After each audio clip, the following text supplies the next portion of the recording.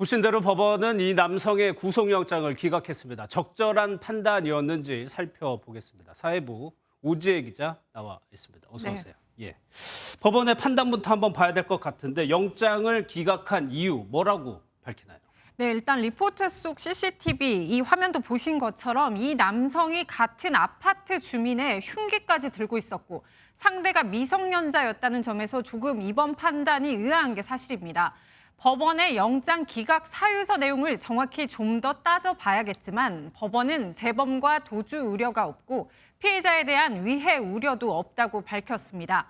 즉 피의자가 사회적 비난 가능성이 크고 심지어 실제로 범죄를 저질렀을 가능성이 크더라도 도주와 증거인멸 우려가 없다면 불구속 수사를 한다는 게 원칙, 이게 반영된 것으로 보입니다. 예. 다만 피의자가 영장실질심사 이 당시 법정에서 혐의를 부인했는지 여부는 아직 확인되지 않고 있습니다. 예. 오 기자가 얘기한 대로 불구속 수사가 원칙이긴 합니다만 이 남성의 경우에는 흉기를 들고 따라왔다. 계획성이 의심되는 부분이 있단 말이에요. 그러니까 조금 비판이 있는 것 같아요. 네, 맞습니다. 물론 왜 흉기를 들고 있었는지 이거는 계속 경찰 수사 결과를 지켜봐야 할 텐데요. 일단 법원이 괴물을 양산하고 있다. 흉악범 인권만 존중해야 하냐며 누리꾼들의 비판이 이어졌습니다.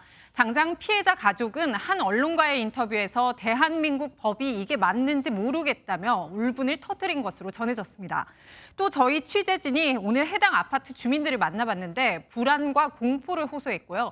법조계 일각에서도 우려의 목소리가 나왔는데 이어서 한번 들어보시겠습니다.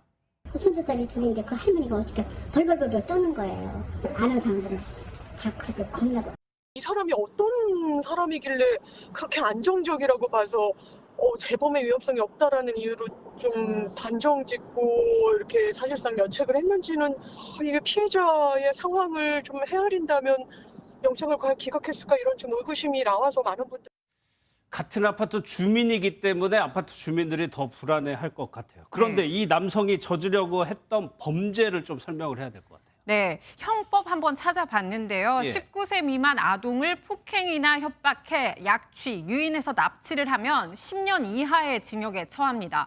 이건 벌금형조차 없는 중범죄인데요. 이 같은 미성년자 대상 약취, 유인 사건은 매년 평균 150여 건 정도 일어난다고 합니다. 예, 중범죄라는 겁니다. 그런데 구속영장이 기각된 거에 대해서 경찰의 반응도 좀 취재가 됐나요? 네, 오늘 경찰 상황 알아봤는데요. 일단 매우 당황스럽고 이번 판단 납득이 안 된다는 입장입니다. 추석 연휴인 어젯밤에는 대책회의까지 한 것으로 알려졌는데요. 향후 수사 방향을 여기서 정한 것으로 알려졌습니다.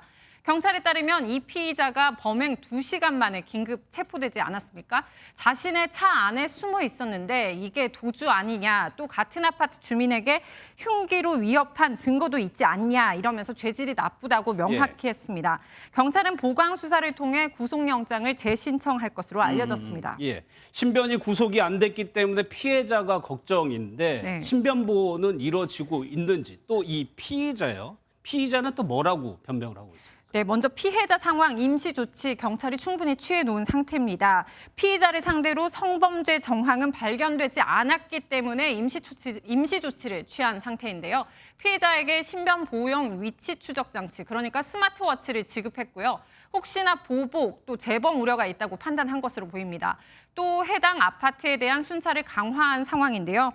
피의자는 경찰 조사에서 훈계 목적이었다는 말을 했던 것으로 알려졌는데 정확한 범행 동기는 수사 결과를 지켜봐야겠습니다. 예, 추후 상황까지 한번 더 봐야 될 것 같아요. 여기까지 듣겠습니다. 오지혜 기자였습니다.